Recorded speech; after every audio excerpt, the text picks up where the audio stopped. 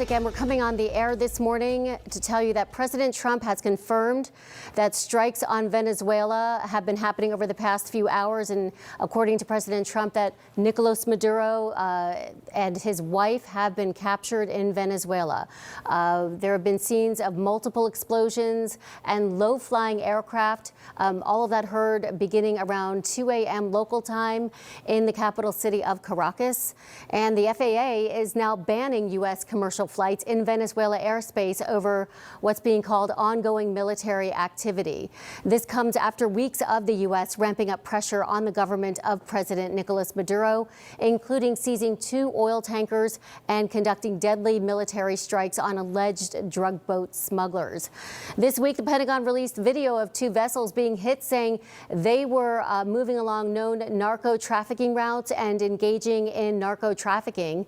At least 115 people have been killed in more than 30 strikes since September.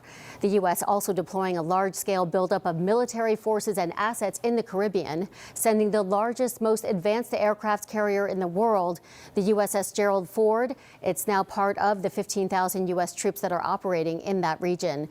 That's in addition to the joint training exercises in Trinidad and Tobago, just 7 miles away from Venezuela. The U.S. is reportedly installing a radar system on that island.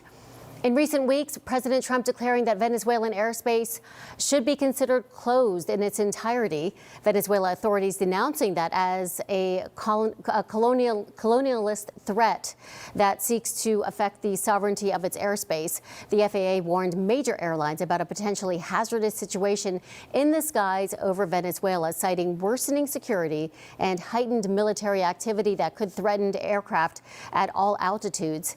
That prompted 6 international carriers to suspend flights to the capital city of Caracas. And the U.S. recently added Maduro and his government to the State Department's list of the world's most dangerous terrorist organizations.